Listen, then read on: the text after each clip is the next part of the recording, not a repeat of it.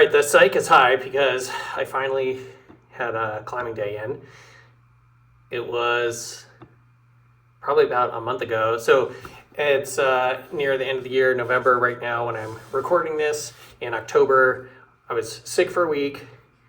And then I was not sick, but still coughing and kind of getting over sick. So the week I was sick, I didn't do anything. The week I was kind of getting over it still, I just went to my dojo every day, and that was it. And then last week, my mom was visiting.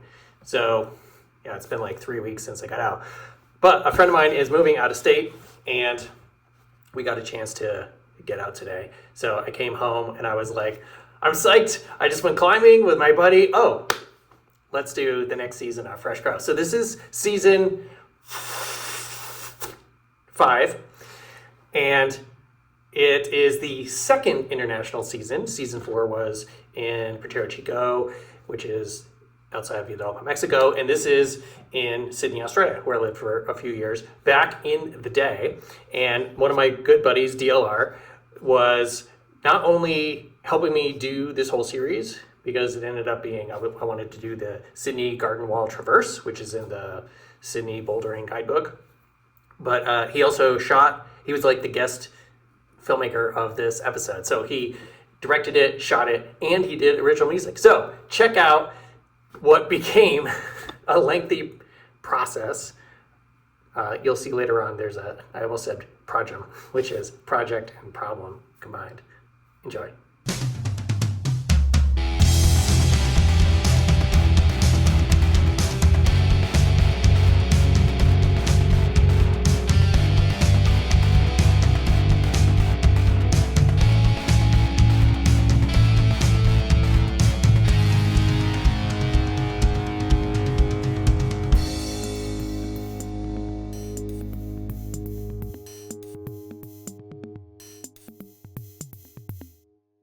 So it is Australian Father's Day, September 3rd, Sunday, and it's my first climbing day in 2 years.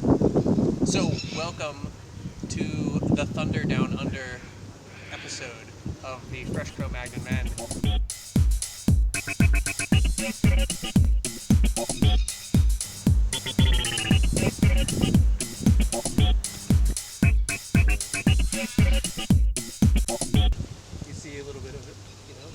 Right here, and nestled right in the middle of it all over there is the Botanical Gardens Traverse, which is in the Sydney Bouldering Guide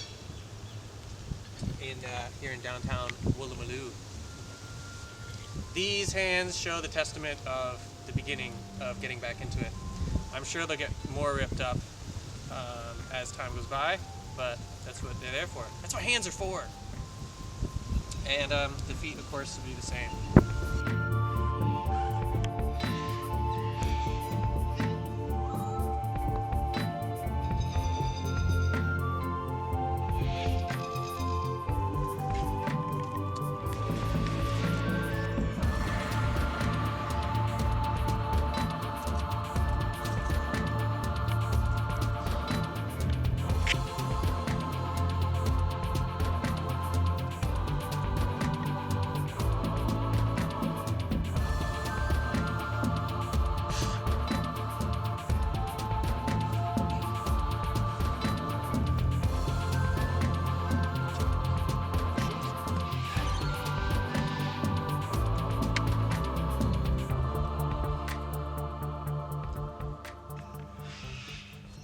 What did Tom Hanks say? What did he say?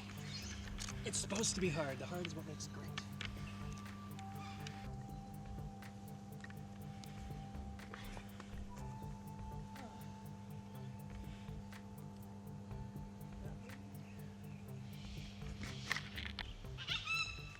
Since I'm holding them steady, but they're not staying still.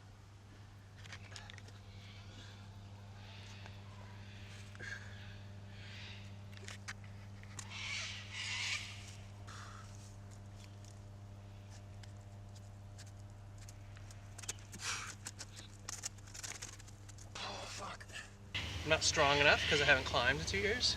So originally I was like, oh, I'll come in and do the climb, we'll make a video of it, but now it's going to become a process. So we'll have to like,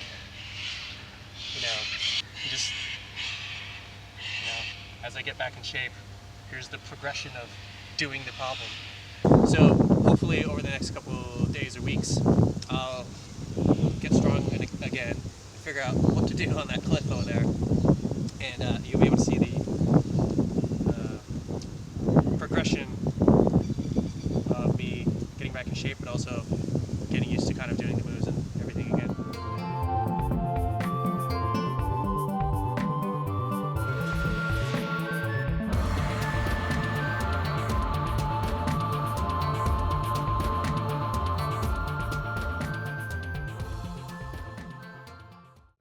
For episode 2, warming up the van, you're going to be introduced to the house on wheels I had for the couple of years I was living in Australia, because I was a semi-permanent dirtbag before I went to Australia, and I was like, hey, if I have a van, I can go anywhere I want, whenever I want, and I have a mobile apartment. So there's a shot where we see there's a car behind us, because my van was old. I had to warm it up. I couldn't just start it, it would stall. And you can see my bike and my bed and all my gear and everything.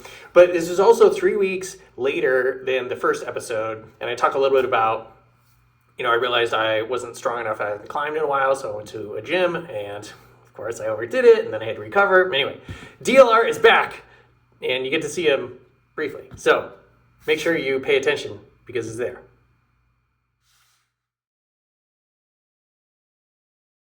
Sir. So, state your name for the camera. My name is MFSB. And we're warming up my van because I have a shitty van. And so it needs a good 10 minutes in the morning. So what's exactly gone down last episode? So the concept was I was going to go down there and crush. And instead I was crushed. And it was good though. It was disappointing because I wasn't, in shape and couldn't do the climb and what have you. But it was just so much fun to go outside and go climbing again that I didn't really care that, that I couldn't do it. So subsequently, this is 3 weeks later, and I was all motivated to go down once or twice a week and climb and have that become kind of part of my thing. But unfortunately, in my excitement, I went to the gym and I kind of overtrained and I hurt my back doing really heavy, or for me, heavy deadlifts. And so I was like, oh, I can't do anything for 2 weeks. Fuck. So I went to a film festival and that was really fun, but I was staying up late and I was exhausted. So this past week I've kind of tried to get myself back into training again, but so anyway, so we'll see. So my back's kind of sore, so on one hand I'm weak still, but on the other hand it's like I feel stronger because I've been lifting, but I haven't been on the rock again, so I don't know what's gonna happen, but we'll see. This has nothing to do with anything, but there's these two girls in a car behind us. I think it's kind of weird that we're both in our cars, not driving. Like, they're just sitting there and we're just sitting here. And I'm like, I don't know if they're waiting for us to move or they just hang out in their car. Maybe they're like, those guys are awesome and they're hanging out in their car, so we're gonna hang out in our car. We can be awesome like those guys. Because we're awesome. So anyway, the van's about warmed up, so I'm going to drive us down to the climbing area. To Woolloomooloo, also in New South Wales. I got hair down today because I watched Conan and I was re-inspired. The only two rationales you need for long hair are two words for you: Conan and David Lee Roth. That's it. That's all you need. Conan O'Brien? No! You know of what I speak.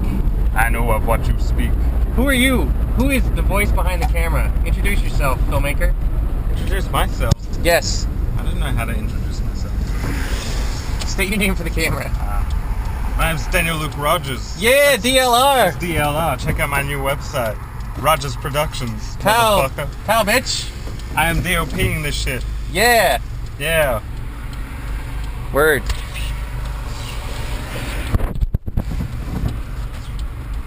So yeah. What's going down? So commence with the questioning. Commence with the questioning. Yeah. When did you first start your love of climbing? Oh, I'll tell you. I was a lifelong scout, and I went to scout camp when I was a kid, and we had a rappelling day. And I'll tell you, I was terrified, but I came home from that, and I was like, oh, that was awesome. I want to do more of that. And that was when I was 12. And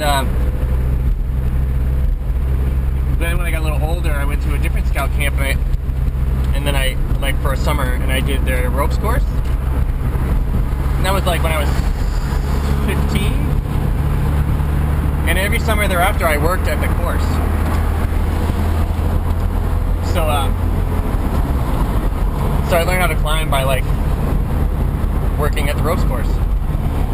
And then by the time I was 18, a climbing gym had opened in my town. And I went, I went one day after school, and I just crushed myself. I was so sore that, like, the next day, I like, literally couldn't hold the pen in school because my hands were so sore. And so I started going all the time. And because there was I did a lot of sports in school, but whenever, like, if I was in a season I didn't have practice every day, I would, like, go to the climbing gym because I was used to, like, I have practice every day, so I train every day. And I don't have a sport, so what do? I'll go train at the climbing gym and go climbing every day. And so after a couple months of that, they were basically like, do you want a job? And I was like, yes, I do. And then I had a key, and I could go whenever I wanted. And I was like, oh, it's midnight, I can't sleep. I'll go rock climbing at the climbing gym. So after, like, a year of that, I never really climbed outside, though. I'd only climbed, like, on the ropes course, which isn't rock. It's, like, built out of wood or ropes or cables or whatever. Or I climbed in the gym. So, but by the time, so it was like 94, when I was a senior in high school, that was the first year that I went outside and we climbed in the Adirondacks, which is in upstate New York. And then it was on. It was like, oh, I thought I was a skier. I thought I was a runner. I thought I was a whatever. No, I'm a rock climber. That's what I am. And so I've been climbing now for like 18 years. And so I've been climbing half my life. And it's interesting because, like, right now I've been climbing half my life. But by the time I'm 50, I'll have been climbing for like 2/3 of my life. Or whatever. Which pig hell. So where'd you grow up? In upstate New York. So like 3 hours north of the city. So like when I say New York, and everyone assumes I mean New York City. Like if you're from New York State is huge. And you only mean New York City if you say New York City. But like internationally, it's the reverse. If I say New York, everyone assumes I mean New York City. I didn't even know there was a state. There is. And it's really big. Episode 3 of Season 5 is called Hosh versus MFSB, because I talk a little bit about the contrasting styles we had of the way he would climb and I would climb and things like that. I also tell a very abbreviated version of how we met. But a note on this whole season, so because DLR helped me make this and shot all of it and everything. We had, I think, originally 14 episodes. So if you go to the playlist on my YouTube channel, you can see there's a lot of episodes. And I was like, well, every other season has 8. So I combined some of them. So on this episode, you're going to see the montage of where we used to park and threading our way through Woolloomooloo to get down to the Sydney Botanical Garden where the climbing is, and then the Hosh versus MFSB episode. Thanks again to DLR because he shot it. And enjoy.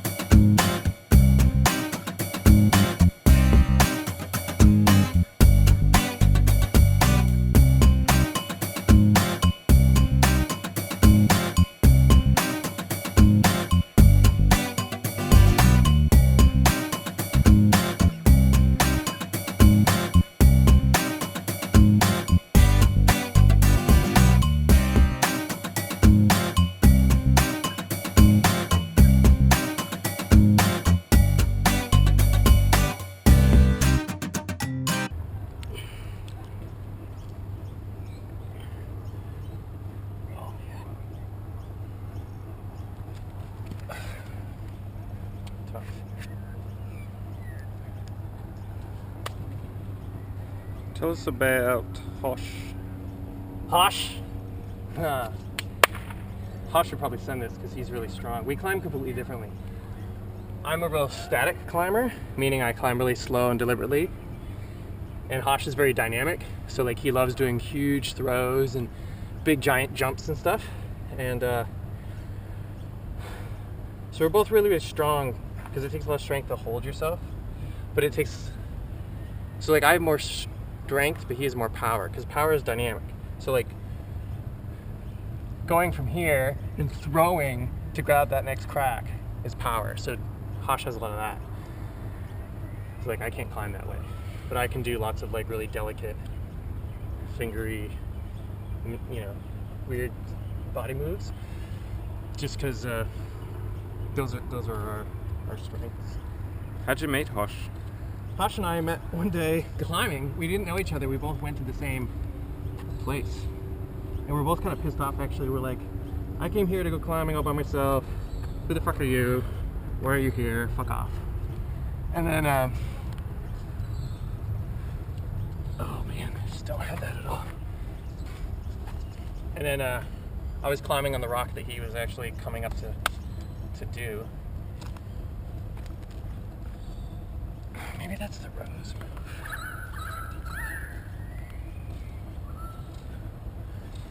And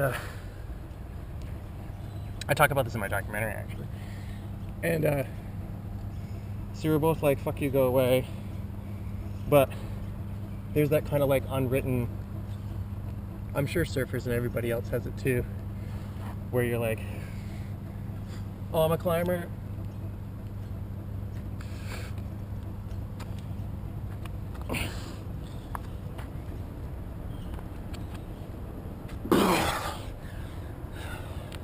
And you're a climber, so we like have to be friends. And so we just climbed together for the day and exchanged numbers, and I called him the next day and was like, fuck, we should go climbing. And he was like, yes. And then we've been like best friends ever since. This is the hard part. I don't know what the fuck to do here. In this video, you're gonna hear the word fuck a lot. Both in positive and negative ways.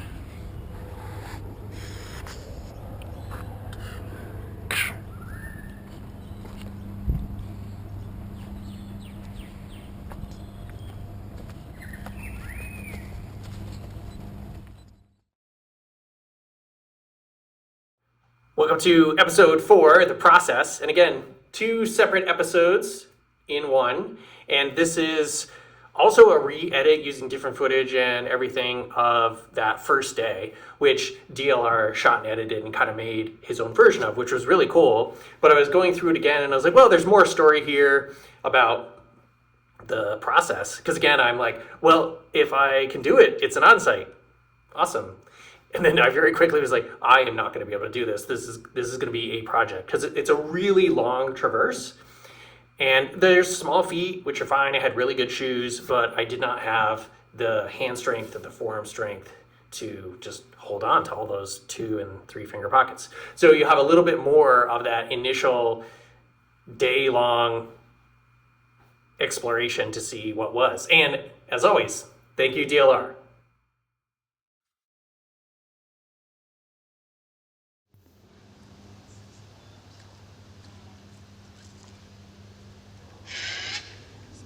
Climb in almost 2 years. It's crazy. Oh, this is gonna be hard. Put these shoes on in so long.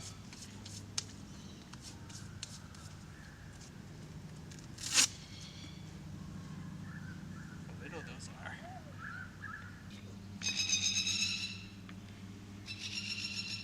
So hopefully this will end up being an on-site. If not, but we always hope for the on-site.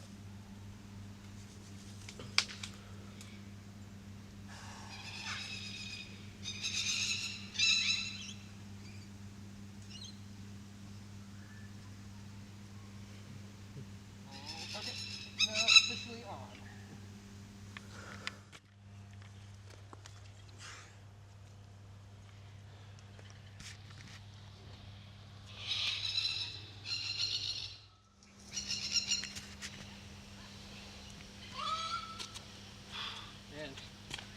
be able to finish this today. I can't, like, hold on.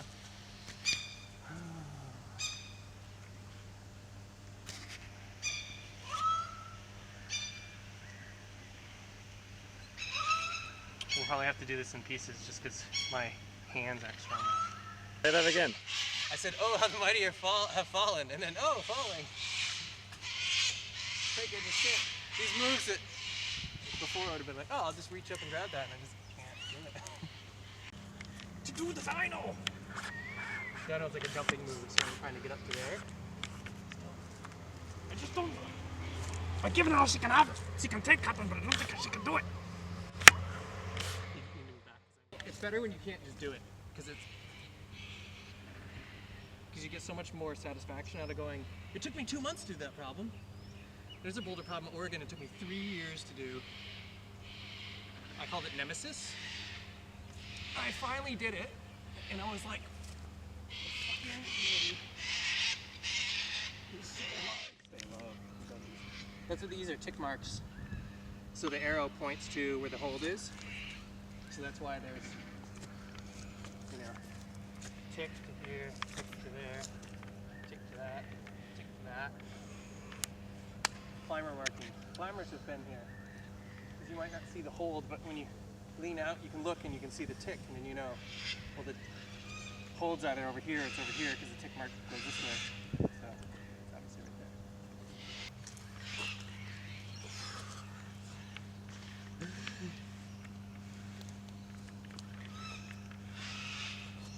What did Tom Hanks say? What did he say? It's supposed to be hard. The hard is what makes it great. If it wasn't hard, everyone would do it. Fuck you, Tom Hanks.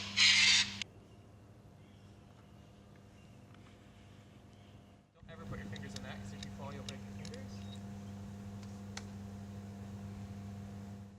It's still going? Yeah, I just take a break with my, like, feel my forearm is so pumped.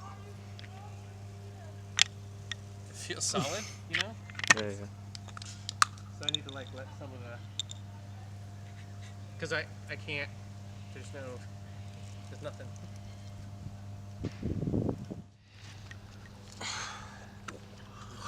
Okay, give me a room. Give you room. Yep, in case I fall off. Fuck.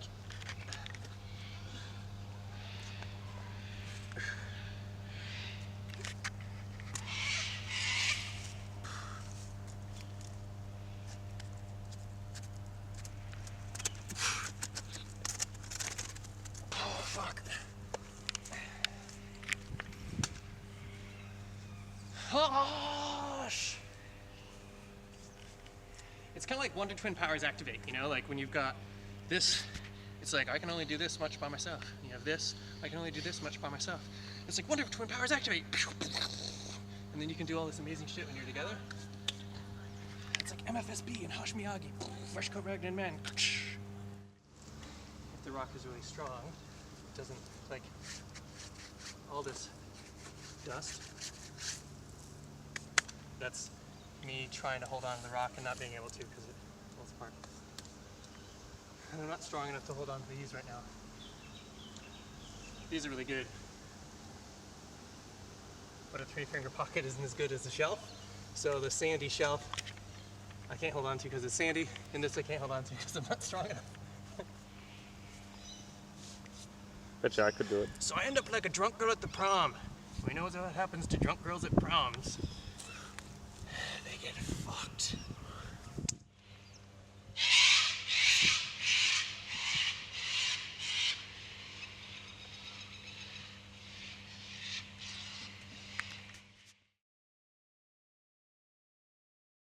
As I was off to say back then, Puppage! This is the MFSB fan interview, episode 5. And we did a couple of these because it was like a half-hour drive to get from the school where DLR and I were going to film school in Australia to the climbing area. So we would just chit-chat, and he didn't know anything about climbing or my background or whatever, so he would just ask me questions. So you get to learn a little bit more about how I got into climbing, but also how I ended up going to Australia in '99. It's a little convoluted tale, but you'll get to hear the whole thing there and find a little bit about Julian Saunders, who was a really big deal Aussie climber that I met once in Mexico and didn't know who he was, but there you go. Welcome to the interview in the van.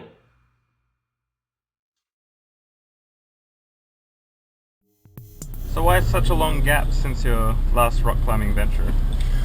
Well, yeah, so I lived and worked in Yosemite National Park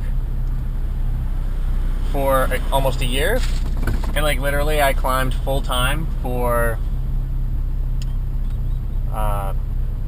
like 8 or 9 months, mostly at the valley, but then I also went to Arizona and climbed for a month, and then I went to Mexico and climbed for a month, and then but partly that was because I knew, because I was trying to get into film school, because I wanted to change careers and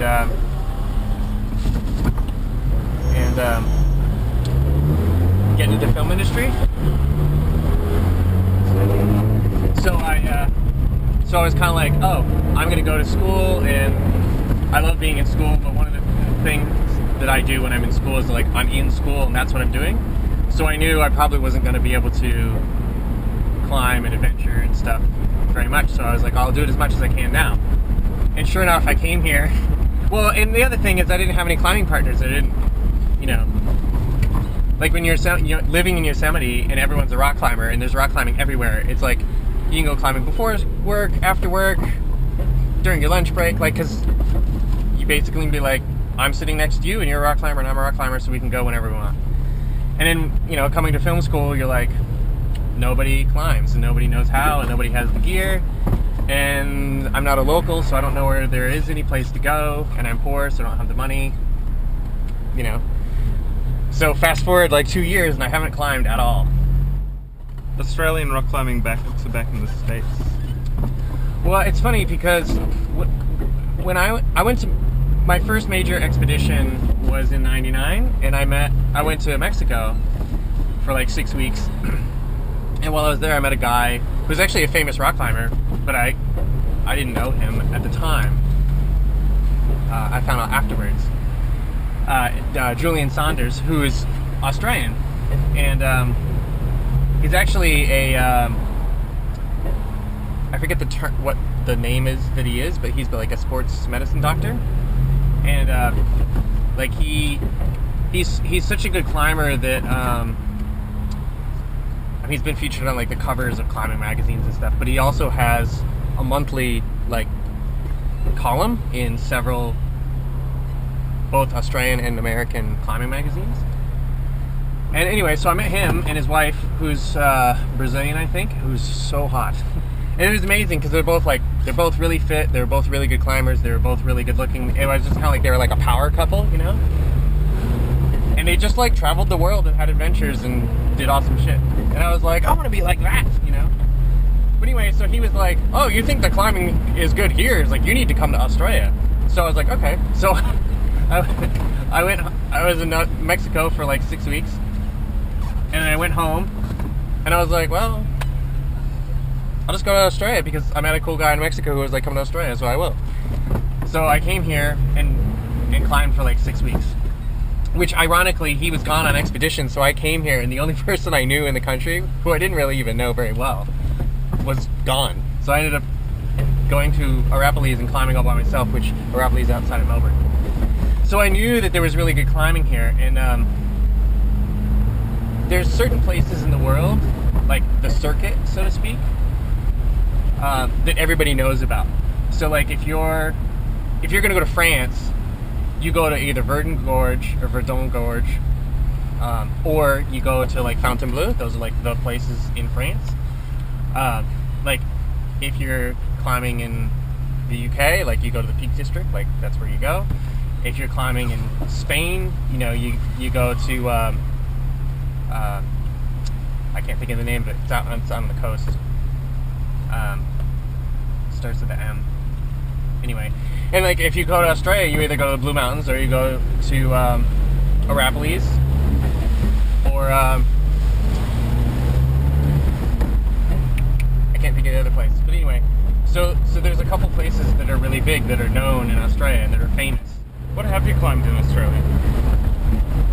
Well, as I was kind of alluding towards earlier, I came here on expedition in '99 and climbed exclusively in Rapparees, which is 3-ish hours northwest of Melbourne, and out in the in the middle of nowhere. And but it's beautiful. It's all Aboriginal land. It used to belong to some tribe, and Rapparees. Oh, it's actually known as de jure. I don't know if I'm pronouncing that right. D-J-U-R-I-T-E. The joint. And that's the Aboriginal term for Rapparees. And it's actually beautiful out there. But other than bouldering around in Sydney a bit, like that's the only place I've climbed in Australia so far. Your mother thought. Alright, I'm gonna, yeah. Cool. It is cool. It is cool. It's pretty cool. Pretty cool. Here we are, episode 6. I can't believe this season's almost over. This is called Lessons in Hijinks because it's kind of just a smash cut of like all this BTS stuff while we were spending another whole day working on the Traverse. And I'm just spitting out stuff because, again, DLR isn't a climber, so he's like, why do you do this? And what's that? And what is this thing? And what kind of hold is that? And what's a tick mark and all the things. So I'm like, well, and I just cut it all down to like something. But as you can see, we're trying to do this like stick thing. And so we had like multiple takes, so it didn't work. And one of the times I hit him with the stick and he's like chasing birds around, and hence the hijinks. So enjoy a couple lessons and a couple hijinks.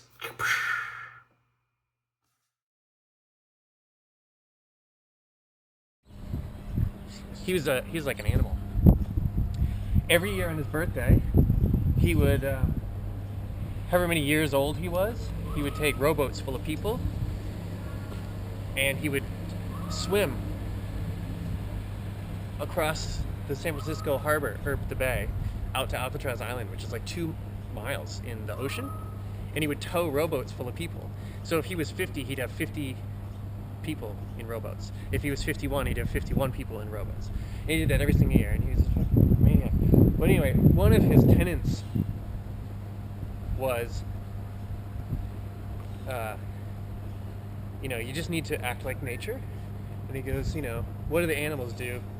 They lay around most of the day, and then whenever they're active, they're active.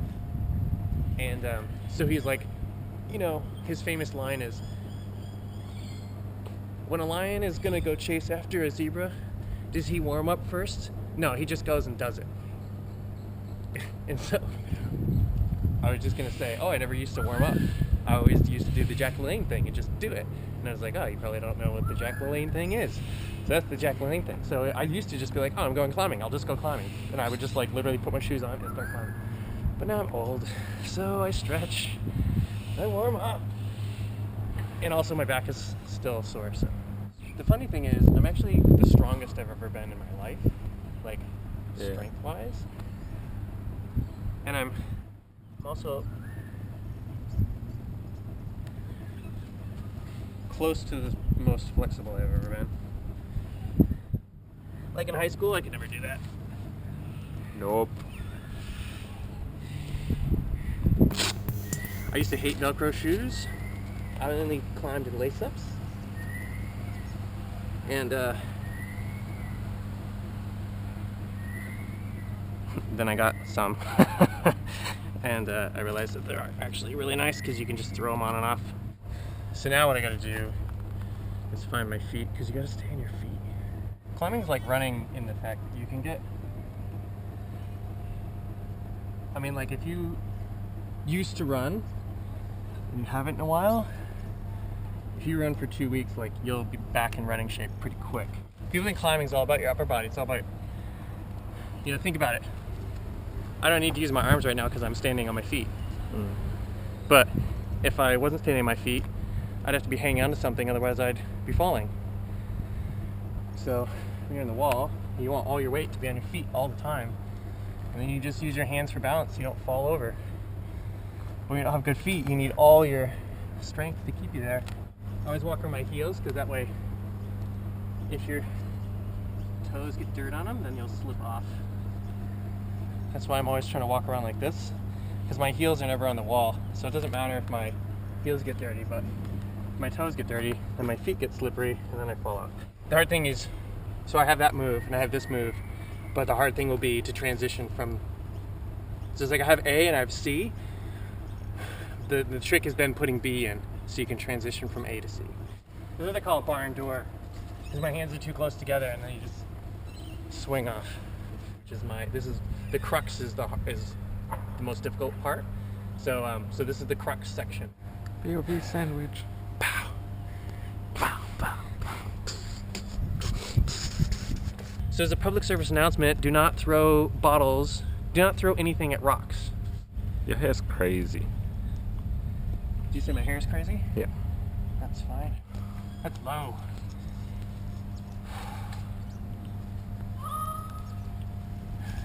I don't mean like yin yang twins, get low, get low. I mean, Through the window! Through the wall! I mean, it's just low. Once you can't hold on, you can't really climb anymore. It's like you're trying to lift weights, but you can't actually hold them. They're just gonna fall out of your hands. Okay, oh, we're almost done. I have like 3 moves. Fuck. 3 moves! On the wall! Look at the chalk right on that wall! Bird. That's it. It's right there. On the camera. Oh. You see how frustrated I am? I throw the stick. Just a chicken hop looking for a chicken. Chicken? That's how frustrated I am. I take a stick and I throw it at you. Oh. You actually Didn't know where I wanted.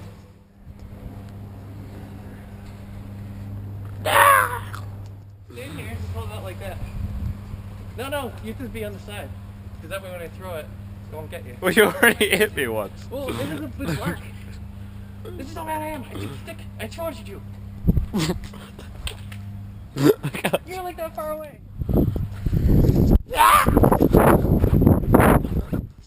Oh, can I try a shot? Just look at me for a second. What's that? So I'm like, so like just go, like push yourself to the camera.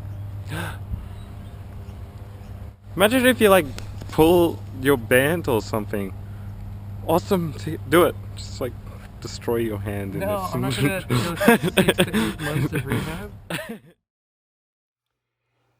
As mentioned earlier in the season, here is the project episode.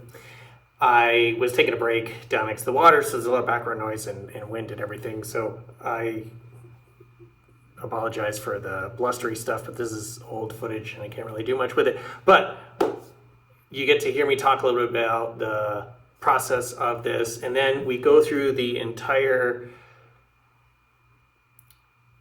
traverse.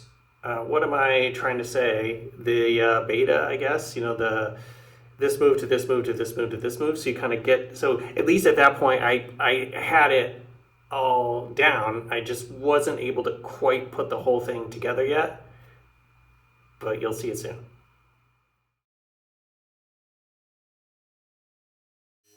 I just said earlier I had to repair my back. My back feels fine, so it's good. I'm just still not strong enough in my hands to hold on. So there's a lot of improvement though, so that was cool. We're going to talk about Hosh, which is awesome. And now we're out here in the beautiful Australian Navy shipyards. Say again which project this is. This is the, I forget the name of it. It's in the Sydney Bouldering Guidebook as the like Woolloomooloo Traverse Wall. I forget what it's called, but it's 30 meters. It's grade 7. I don't know if that is on the B scale. Explain the damages to your body after today compared to first day. Oh well, I mean, I felt fine the end of the first day. It's like you get more sore. It's what they call DOMS, which is delayed onset muscle soreness. So like when you run or you lift or you do any physical activity, you get all that, and you feel great. And it's like then the next day you're like, fuck. That's how it was last week. So we'll see but I'm in a lot better shape now than I was 3 weeks ago, so my recovery should be faster, and then I should be getting seriously stronger, so that's cool. But I'm more psyched too, like I've made progress. And as the Buddha said, it does not matter how slowly you go, as long as you do not stop. So, as long as I don't stop, as long as I keep going, eventually we'll finish the project. Project and problem. I was trying to say both those at once. Project. Pow. Pow. So this is the sequence. See here, match, come here, pop up to that, come here, go there, this hand comes here, this hand slides down to there, reset your feet, match, come over here, then you get your rest. On here, boom, to here, up there, come up, over, to here. Oh no, that was my problem before. From here, pow, this, and this is where I have to go low. So I'm gonna come down here, like this. And then throw up to that. Then I can match. So you're gonna come right in here so that my left hand can come over to here. And then I come over to here, come down like that. And then this is the easier part. That's really good. Reestablish the feet, and then they can drop down to this. Boom, boom. Over here. So this is what they call a slip. So you come here, or slide, and then I grab this because I'm here. Reset the feet, slide over, bang, come here. That's a really good hold. Set my hand, come over. Use that to come up here, pow, grab, hand down, up, hand over, down. And then it's a matter of like, here, slide, here, pow, over here, pop up there, here, this is really good, here, pop up there, here, really good, here, here, this. Like, do a big shout and say I'm finished. Nope, still not finished. No.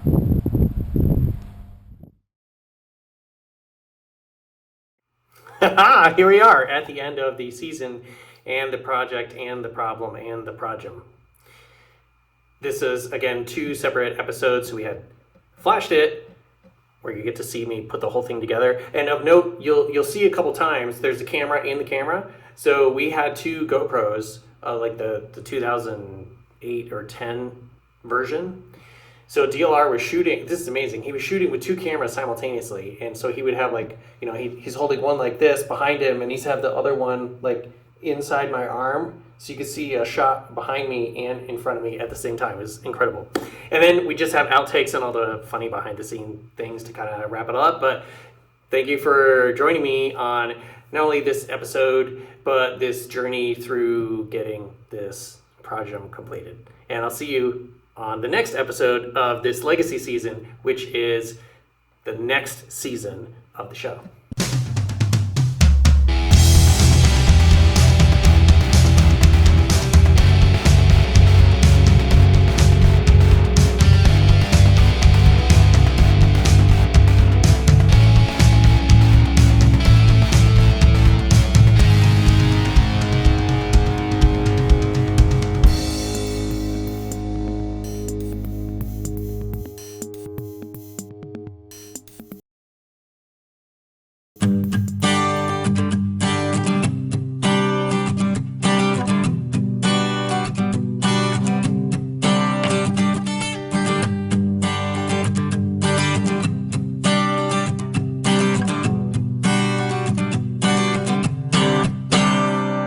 Two souls intertwined.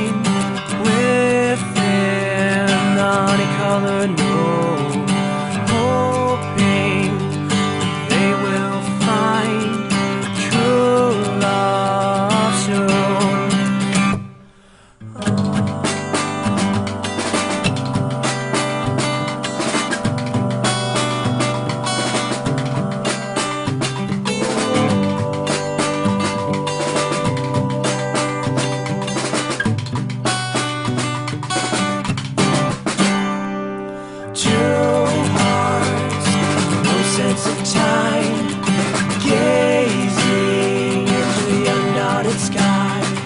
Stars find shelter in the dark, burning in lovers' eyes. In your eyes, I see your beauty's eyes. Lovers' dreams when it does. Sing meadowlark, sing meadowlark, sing meadowlark, sing meadowlark, sing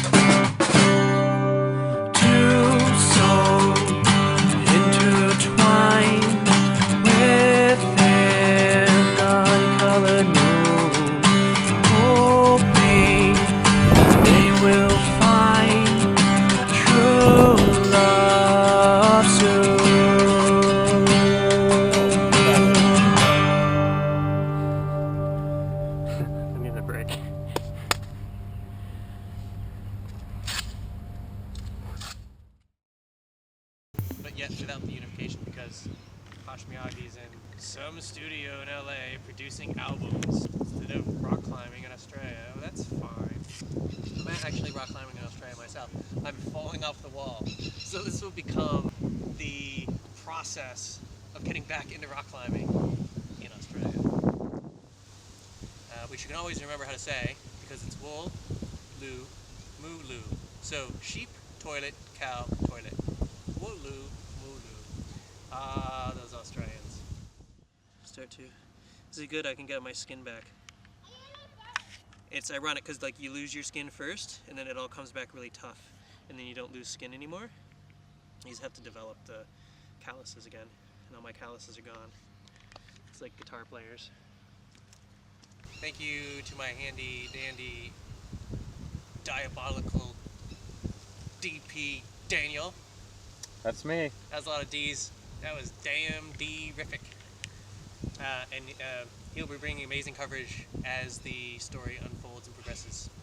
So until then, no, let me put that another way. That's blow for now.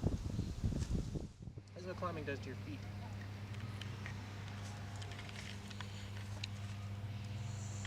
Go put him by something. The imprint from the shoes.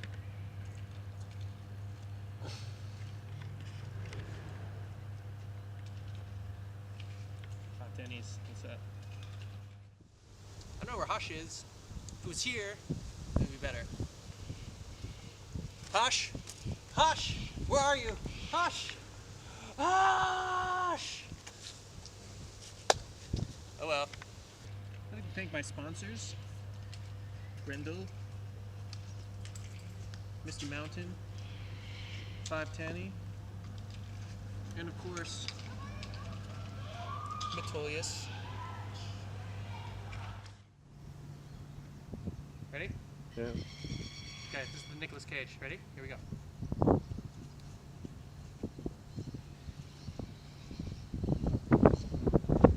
Let's go. You saw that movie, right? Yeah. Oh, that Nicolas Cage. Crazy bullshit. Crazy bullshit.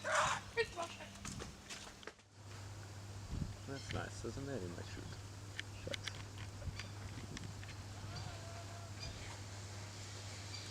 And talk about something. Just anything.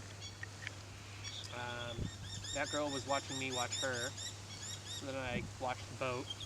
And then I looked and she was watching me watch the boat. Where's Hosh? And then, where is Hosh? Hosh, if you're in there, come out here now! Bam! I elbowed you into sensefulness.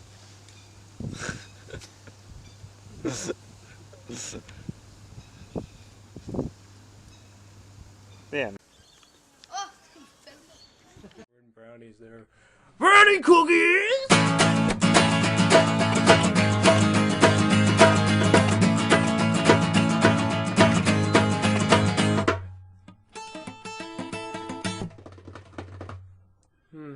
And how about some happy music? This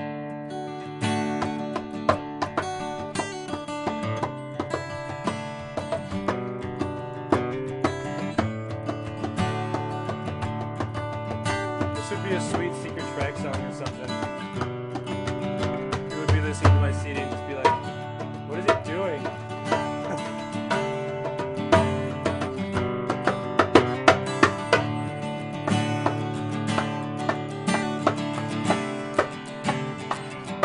And Sully turns into metal. Drop D.